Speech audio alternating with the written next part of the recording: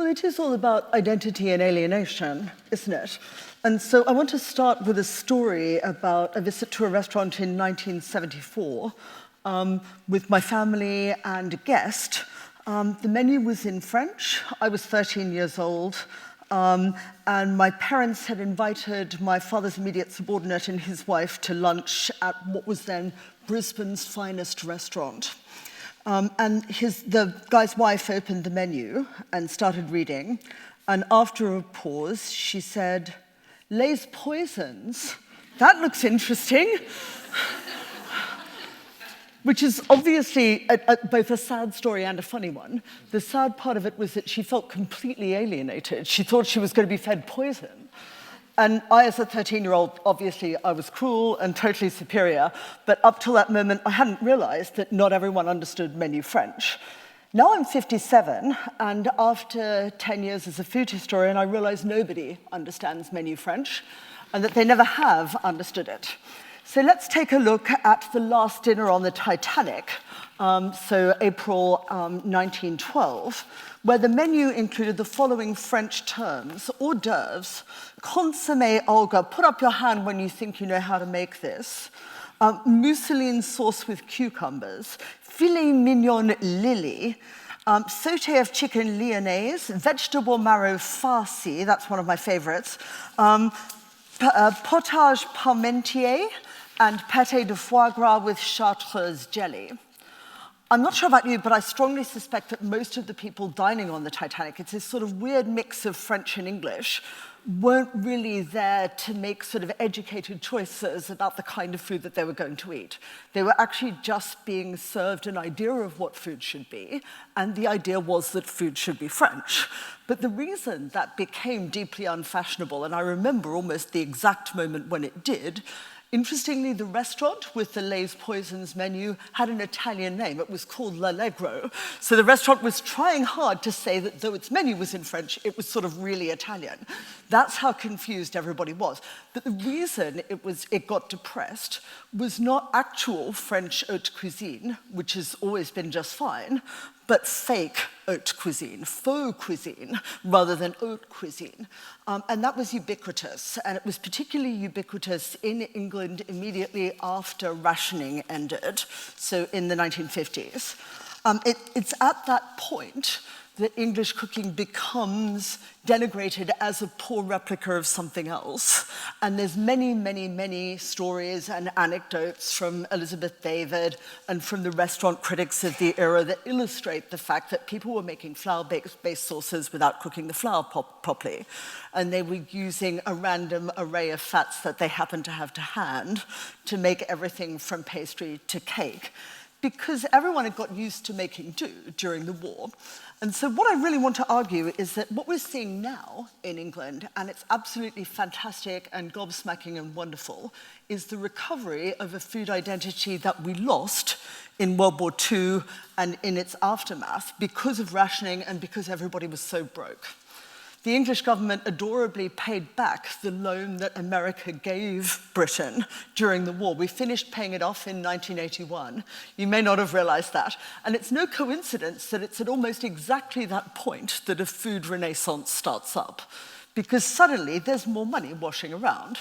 And so you get menus like this one. This is from a regional restaurant, and I deliberately choose a regional restaurant called L'Enclume, so it's still got a French name, but it's got an English chef. He's a guy called Simon Rogan. And the menu doesn't contain any French whatever, except a reference to marron egg. But the rest of it is things like pork and eel with ham fat, truffle dumpling, and fermented cabbage and ragston. Now, admittedly, it still requires some knowledge to read the menu, but of a different and more British kind.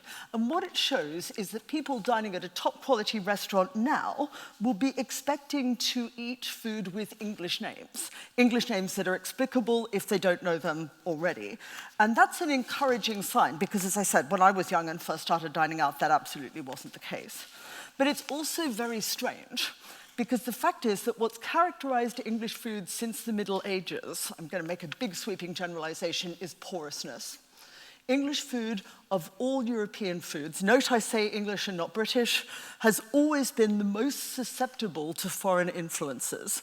If you look at medieval cookery and you look at the kind of chicken dishes that they're preparing, they're going to remind you of the kind of thing you would nowadays eat in Morocco.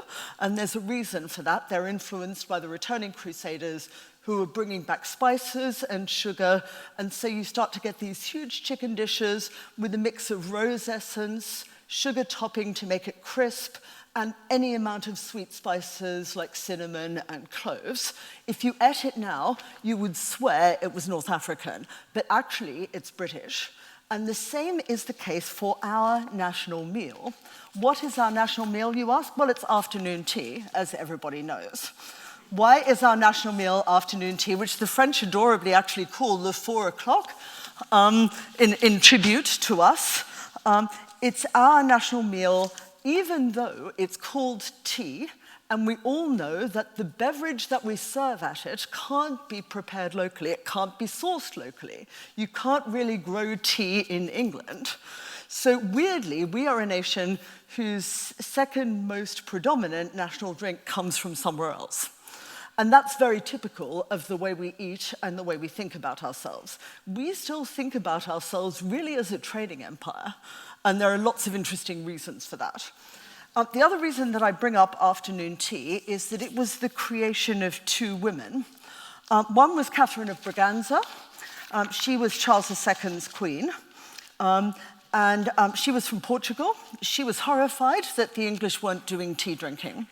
And it was she who made tea houses fashionable. Why were they girly? Because women weren't really expected to go and visit coffee houses in the mid-17th century, which is when she became Charles's consort. Because of that, tea houses started opening up. And with tea houses came a whole array of snacks that were good to eat and enjoy with tea.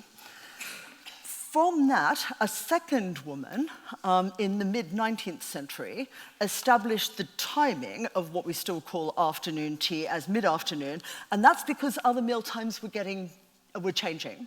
In the Middle Ages, you had two meals in the day, 10 o'clock and 2 o'clock. 2 o'clock was dinner, and that was your lot. 10 o'clock was literally breakfast. You'd been out plowing, perhaps, for some hours, or herding your animals. But then you came in and you had a snack, and it was called breakfast. 19th century saw everybody getting richer, dinner gets later, and so the Duchess of Bedford said, by mid-afternoon, it's too long till dinner, and I start having that sinking feeling. And so she instituted the custom of inviting her friends around to her house for snacks. And that basically is the model of afternoon tea, that it's meant to be a feminine meal served in mid-afternoon to defray that sinking feeling.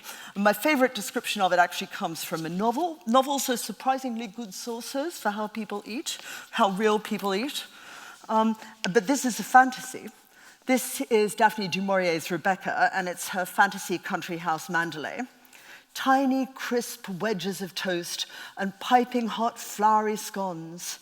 Angel cake that melted in the mouth and his rather stodgier companion bursting with peel and raisins. And it's a lavish spread, is the point of it. But then the heroine reflects. There was enough food there to keep a starving family for a week, and that, of course, is what it's always been about. So now, what's tended to happen is that afternoon tea is something that tourists have. I don't know whether anyone here in a British family can hold up their hands and say that every Sunday they have a lavish afternoon tea of the kind my grandmother used to put on, or whether it's actually the case that this might be a birthday thing or a special celebration thing. But the point is, it's no longer a part of daily life, even for the very rich. Rather, it's become an aspect of English food cuisine that we literally commodify for other people. It's foreigners, it's tourists who turn up to hotels or tea rooms, and those institutions pitch their afternoon tea at tourists.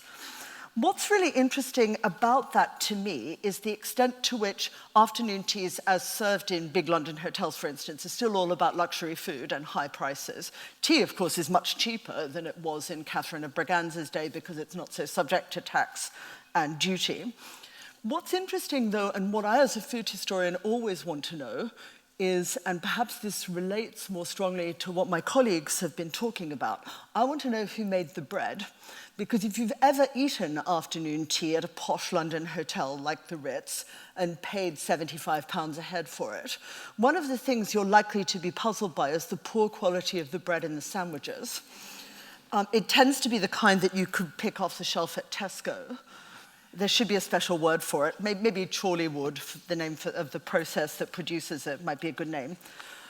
And one of the things that I think central to food revivalism, in the best, most gospel, groovy way of food revivalism, is to get the integers right, to work on bread, to work on good butter, to work on good cheese, to work on how you raise your pigs and cows, and to think harder about the labor that goes into producing those things.